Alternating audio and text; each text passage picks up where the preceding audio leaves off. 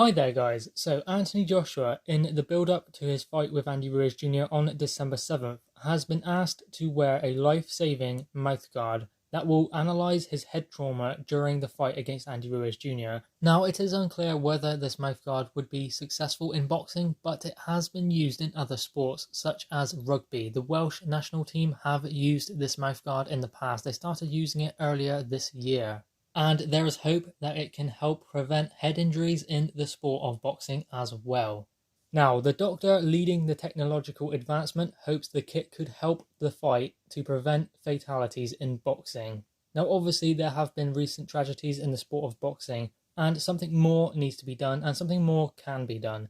Now, obviously, this is something new, it's never been used before, and obviously Anthony Joshua would most likely be the first person to use it. Now, the professor involved is Mike Loosemore of GB Boxing. He is the chief medical officer, and he hopes that this Opro Plus mouthguard, which captures accurate raw data about the fighter's head impact, and he hopes that it can help. This is what he had to say.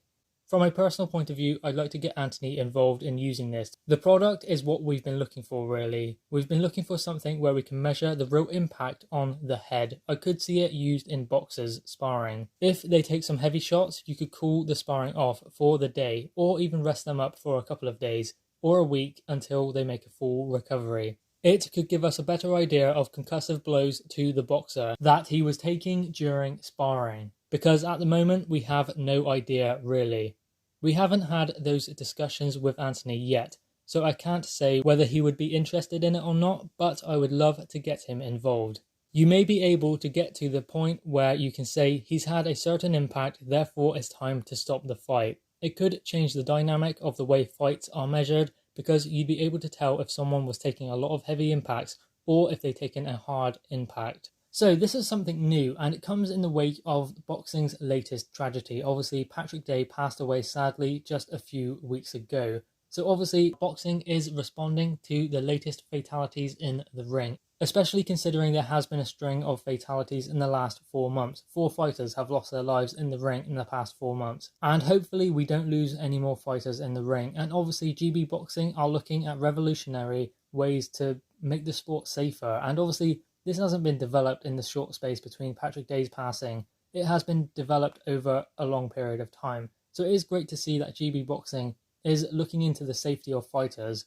Now obviously, to find out if you have a concussion or not, there are some tests that can be done, such as an MRI or a CT scan, to make sure there is no bruising or bleeding in the brain. And to confirm a concussion diagnosis, the doctor will use the data from your exam and interview, impact, or other cognitive tests. Now, to find out if someone has a concussion, you can do certain neurological examinations, such as finding out if vision is impaired, hearing is impaired, checking whether there is any strength and sensation differences, and obviously balance, coordination, and reflexes.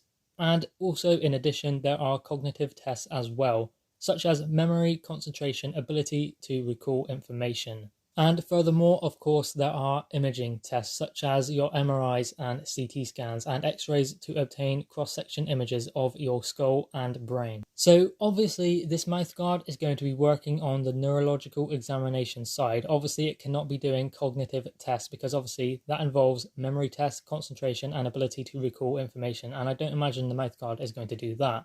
So obviously it's going to be focusing mostly on balance, coordination and reflexes. That is the most likely thing that the mouthguard will measure, because obviously it can't really measure whether your vision is impaired or your hearing or even your strength. So obviously balance, coordination and reflexes is the only thing that it can really measure. So naturally, if a fighter is going to be seeing a punch coming, they're going to try and slip it or move out of the way or even catch it on their gloves. So obviously if reflexes are impaired, then the fighter will take the shot and react later than they normally would if they have taken too many blows, because obviously the reflexes won't be what they were at the beginning of the fight. So I'm guessing the mouthguard will measure the reflexes at the beginning of the fight and compare them as the fight goes on, as well as coordination and obviously balance.